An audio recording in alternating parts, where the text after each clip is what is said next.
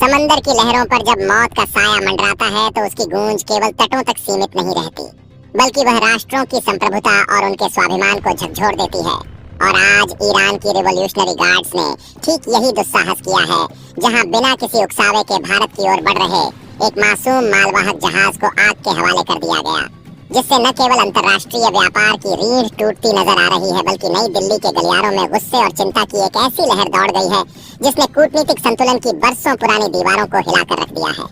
दोस्तों, इस पूरे के पूरे घटनाक्रम का सबसे बड़ा मास्टरमाइंड अब आ चुका है। बताएंगे आपको इस वीडियो में। चैनल पर बने रहें, वीडियो को लाइक और चैनल को अगर अभी तक आपने हमारे टीआरबी चैनल को सब्सक्राइब नहीं किया तो चैनल को सब्सक्राइब कर लें और बेल आइकन को जरूर दबा लीजिएगा, ताकि इससे जुड़ी खबर अपडेट आप तक सबसे पहले पहुंचती रहे। और हाँ दोस्तों, चैनल पर आगे बढ़ने से पहले आप देश के किस जगह किस कोने से बैठ करके यह वीडियो देख रहे हैं, इसे लिखना बिल्कुल भी मत भूलिएगा। और अगर आप भारत की इस कूटनीतिक क्षमता और भारत की तरफ से लगातार किए जा रहे प्रयासों को लेकर के आप सच में देशवासी मानते हैं तो कम से कम कमेंट बॉक्स में भारत के लिए एक जय हिंद जरूर लिखिएगा। दोस्तों,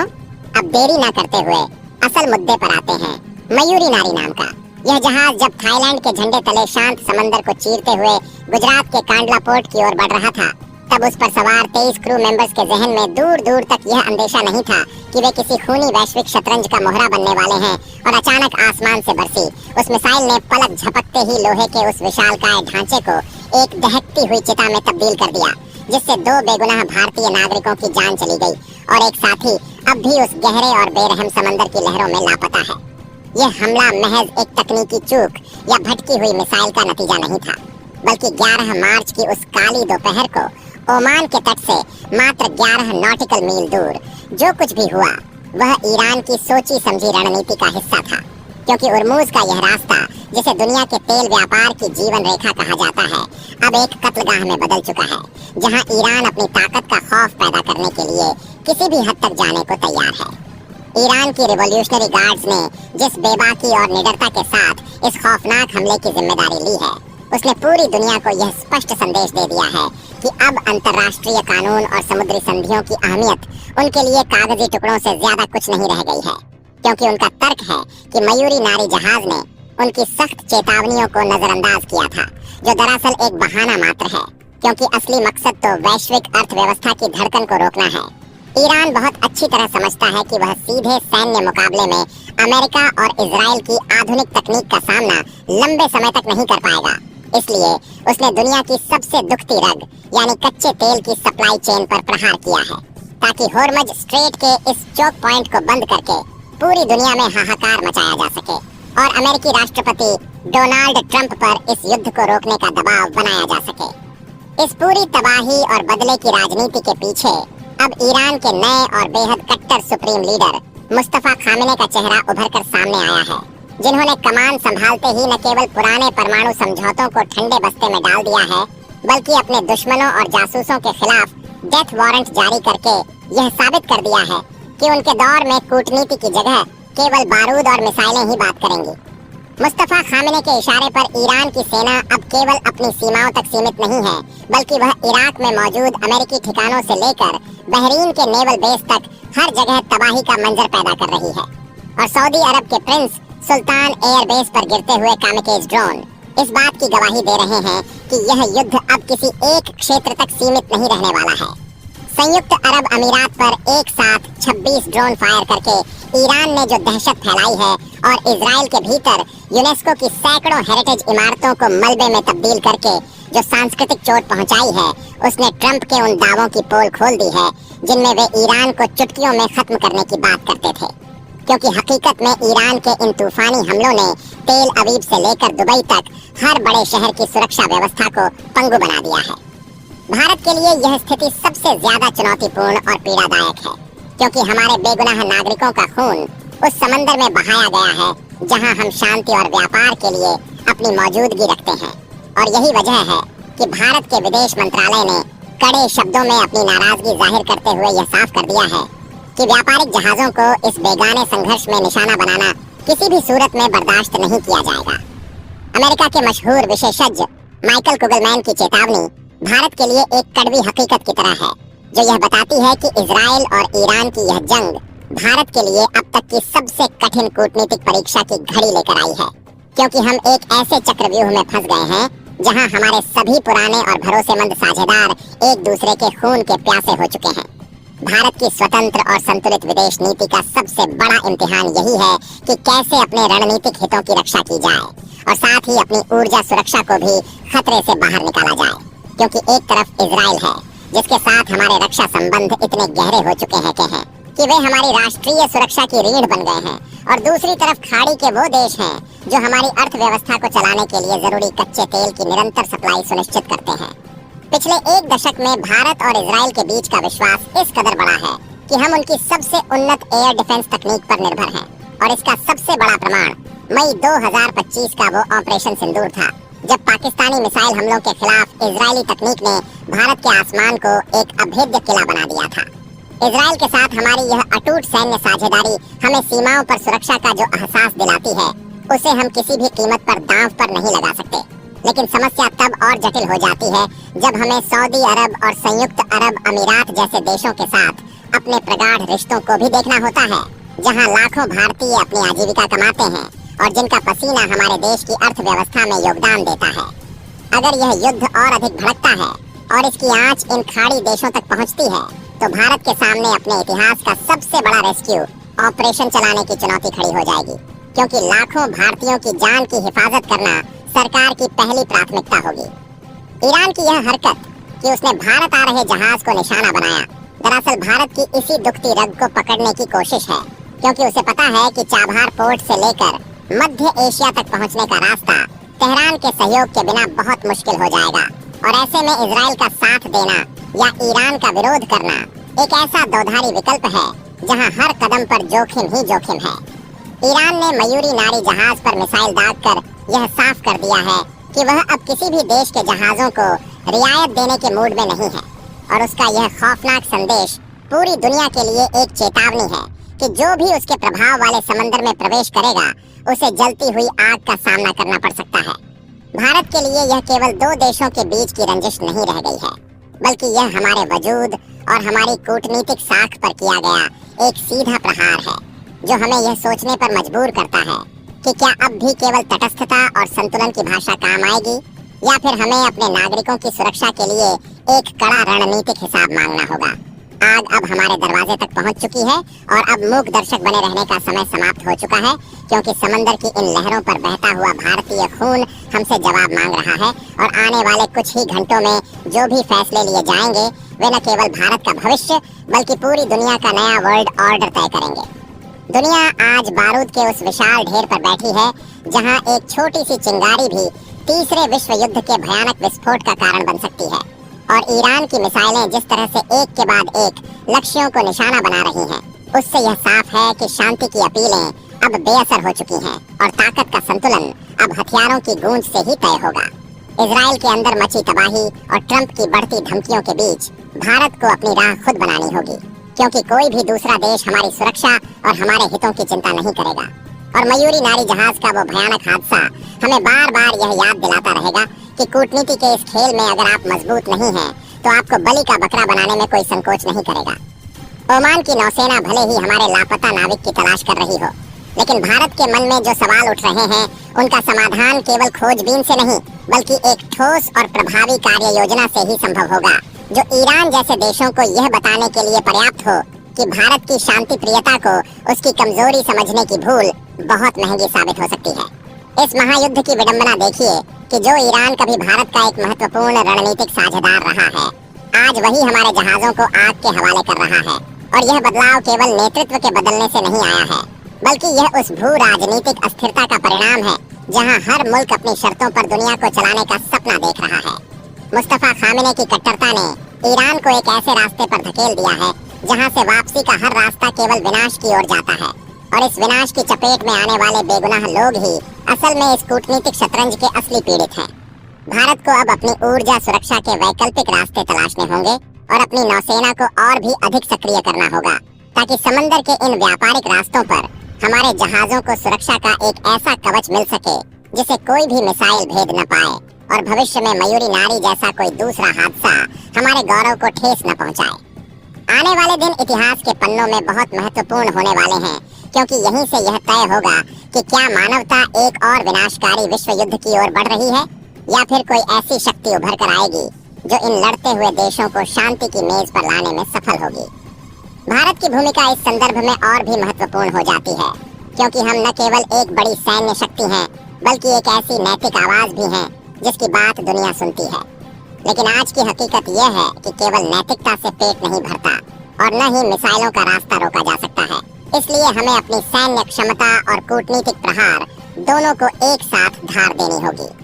ईरान का खूनी मास्टर प्लान जिस तरह से बेनकाब हुआ है, उसने यह साफ कर दिया है कि अब पर्दे के पीछे की बातें खत्म हो चुकी हैं और अब जो भी होगा वह खुले मैदान में होगा, जहां जीत उसी की होगी जिसके पास न केवल आधुनिक हथियार होंगे बल्कि सही समय पर सही फैसला लेने का साहस भी होगा।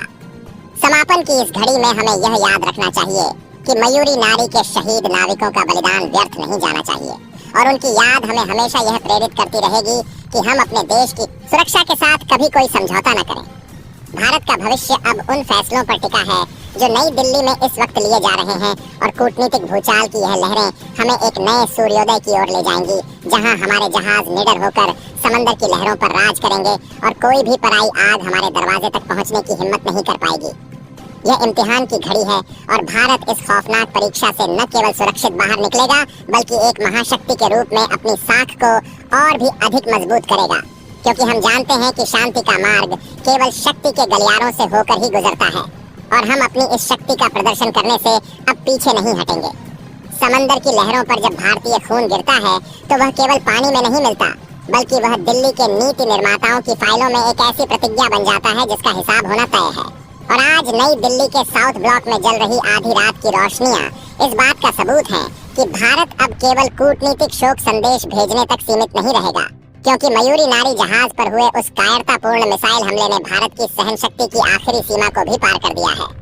प्रधानमंत्री की अध्यक्षता में हुई राष्ट्रीय सुरक्षा परिषद की आपात बैठक में यह स्पष्ट कर दिया गया है कि हमारे नागरिकों की सुरक्षा के साथ समझौता करने वाली किसी भी ताकत को अब उसकी भाषा में जवाब देने का समय आ गया है। और यही वह मोड़ है जहां से भारतीय नौसेना की भूमिका केवल रखवाली करने से बदलकर सुरक्षा घेरे को अभेद्य बनाने और हमलावरों को कड़ा संदेश देने की ओर बढ़ चुकी है।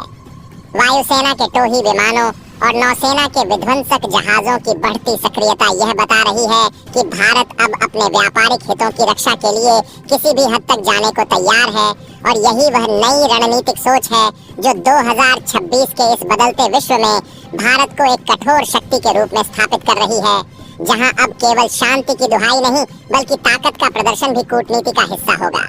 भारतीय नौसेना ने अरब सागर से लेकर ओमान की खाड़ी तक अपनी तैनाती को उस स्तर पर बढ़ा दिया है जिसे युद्ध की पूर्व तैयारी के रूप में देखा जा रहा है और मिशन रेडी युद्धपोतों का एक पूरा बेड़ा अब उन संवेदनशील जल क्षेत्रों में गश्त कर रहा है जहां से हमारे मालवाहक जहाज गुजरते हैं, क्योंकि अब हम अपने व्यापार को किसी भी देश की सनक या कट्टरता की भेंट चढ़ते हुए नहीं देख सकते।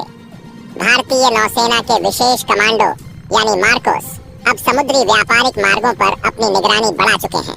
और ड्रोन के साथ साथ इलेक्ट्रॉनिक वॉरफेयर सिस्टम का ऐसा जाल बिछाया जा रहा है जिससे दुश्मन की किसी भी मिसाइल को लॉन्च होते ही हवा में ही निष्प्रभावी किया जा सके। और यह तैयारी सिर्फ रक्षात्मक नहीं है बल्कि इसमें जवाबी प्रहार की वह क्षमता भी शामिल है जो हमले के स्रोत को पलक झपकते ही तबाह करने का मादा रखती है।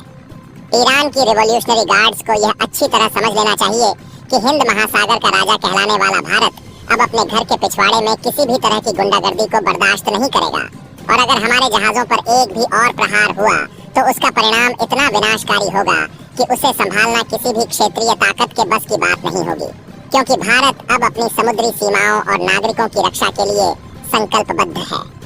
इस पूरे तनाव के बीच सबसे बड़ा सवाल चाबहार पोर्ट के भविष्य को लेकर खड़ा हो गया है, जिसे भारत ने अपनी बरसों की मेहनत और अरबों डॉलर के निवेश से मध्य एशिया के द्वार के रूप में विकसित किया था। लेकिन आज ईरान की इस आक्रामक हरकत ने उस रणनीतिक निवेश पर संकट के काले बादल मंडरा दिए हैं, क्योंकि चाबहार की सफलता पूरी तरह से इस क्षेत्र की शांति और समुद्री सुरक्षा पर टिकी है।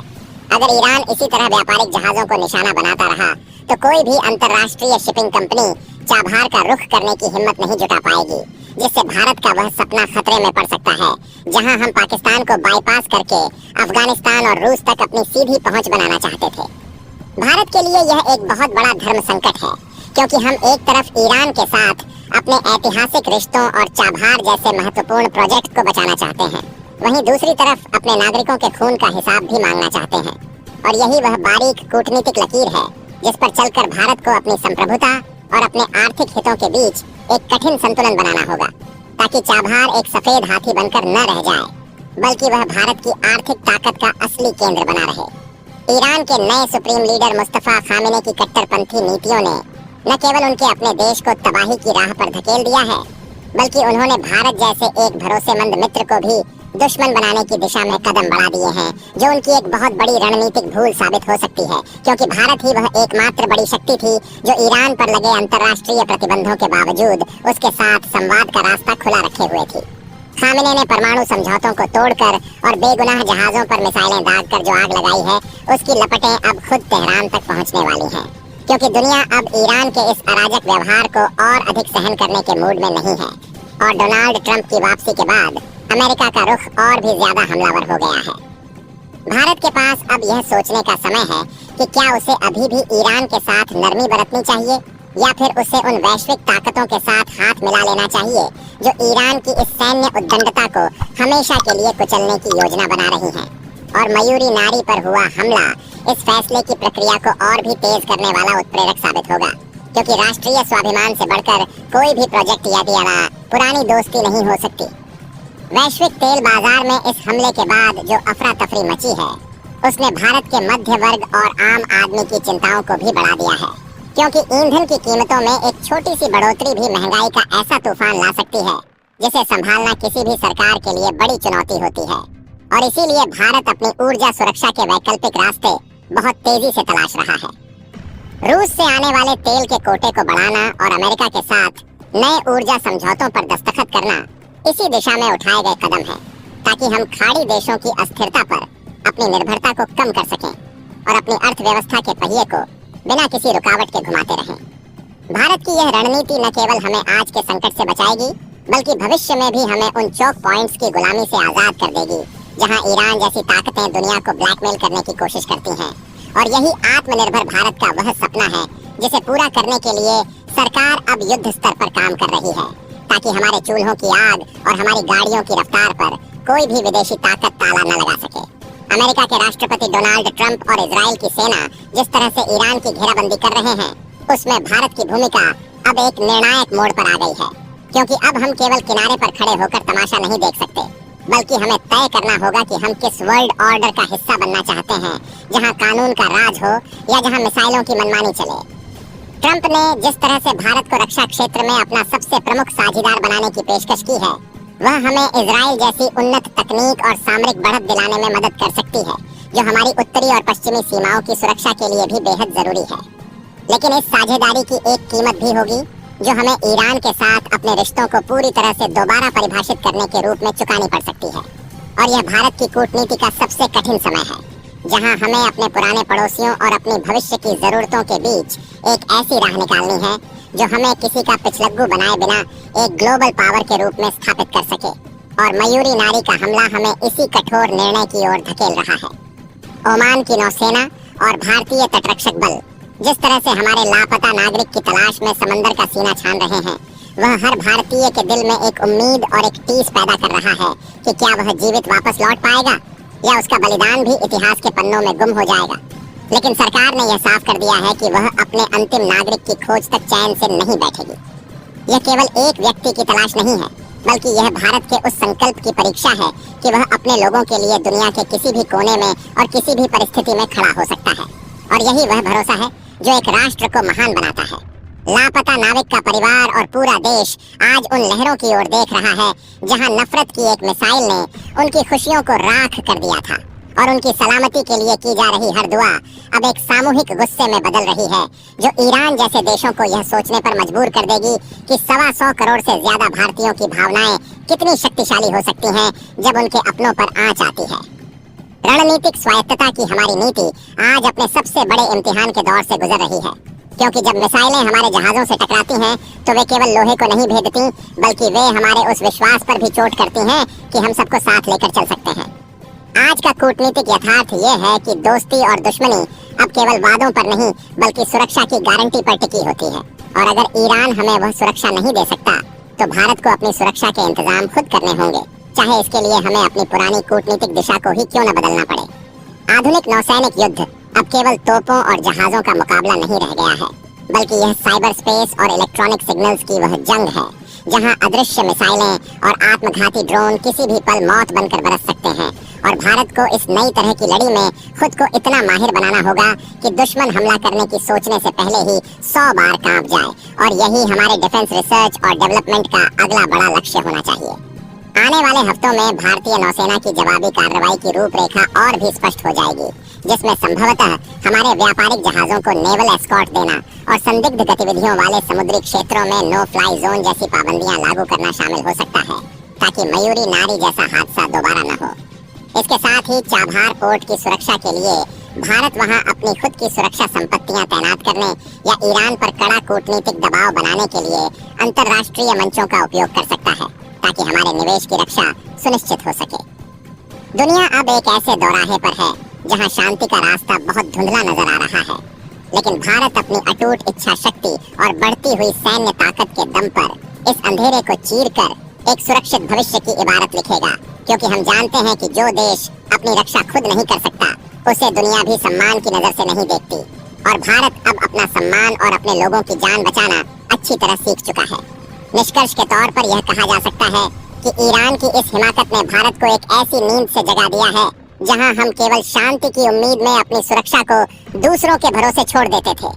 लेकिन अब समय आ गया है कि हम अपनी मुट्ठियां भींचें और दुनिया को दिखा दें